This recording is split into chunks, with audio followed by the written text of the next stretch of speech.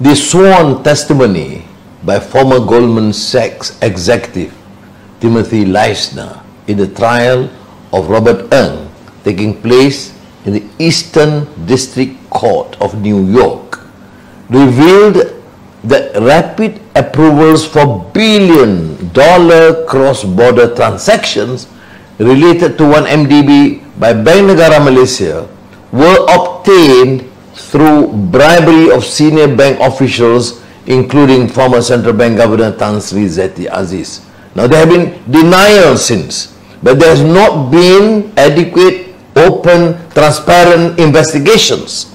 I have previously raised concerns about Bank Negara's involvement in the 1MDB scandal. Bank Negara has stated that it followed proper procedures and has passed information in its possession related to these transactions to law enforcement agencies. However, I believe Bank Negara lack a cynical attitude in defending the integrity against these grave accusations, does a disservice to Malaysia. We deserve a central bank that is beyond reproach and of the highest integrity. The testimony in the US courts reveal salacious details of the web of deceit, lies and criminality which allowed the 1MDB scandal to persist for so many years, and which involved bankers, regulators, many politicians and even private citizens within Malaysia's elite class. It is very important to note that the representations made by Leisner indicate a level of criminality on the part of Goldman Sachs that is shocking. The government of Malaysia, including Minister of Finance, Zafrul, has bragged about reaching favorable settlements with Goldman Sachs in 2020. On the contrary, I think most Malaysians feel the government sold us out and gave Goldman Sachs a get out of jail free card. On October 18, 2010, I raised the 1MDB issue in Parliament, the first time the scandal was discussed in Parliament. Even then, I questioned issues of governance and transparency and what interests politicians had in the deal. 12 years later, the saga of 1MDB continues to have a very negative impact on our economy, adversely affecting our ability to attract foreign direct investments and to generate economic growth necessary to revive the economy and create good jobs lost during the pandemic. Revelations about illicit financial transactions from the Panama Papers, Pandora Papers, and most recently from Credit Suisse document leak illustrate that major financial crimes take place within the context of a corrupt system and with the involvement from the powers that be. Some politicians in Malaysia keep on harping about anti-corruption. Leaders come and go, the same mantra applies. However, when it comes to doing something about it, they fail to walk the talk. Partly because some of them were complicit to the crimes or were directly or indirectly involved, enriching their families and their cronies.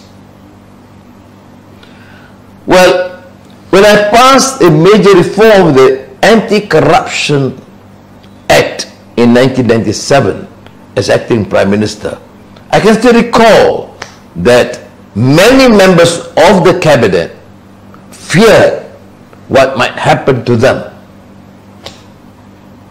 Now, enforcement agencies in Malaysia lack the will to bring all those involved in the scandal to justice. Their behavior suggests a desire to pick one character as the fall guy rather than to deal with the problem of corruption in Malaysia as a systemic scourge.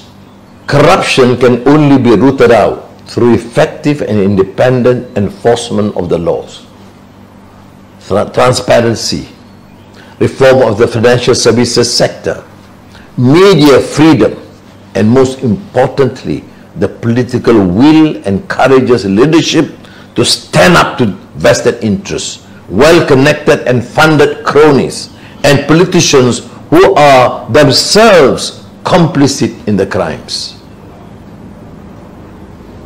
I am requesting the Speaker of Parliament to reserve time for special and urgent debate in Parliament starting next week on the 1MDB case and the related matters, including the failure of Bank Negara Malaysia, the MACC, the police over the last 12 years to comprehensively address this issue, as well as a comprehensive review of the settlements that were reached by Goldman Sachs.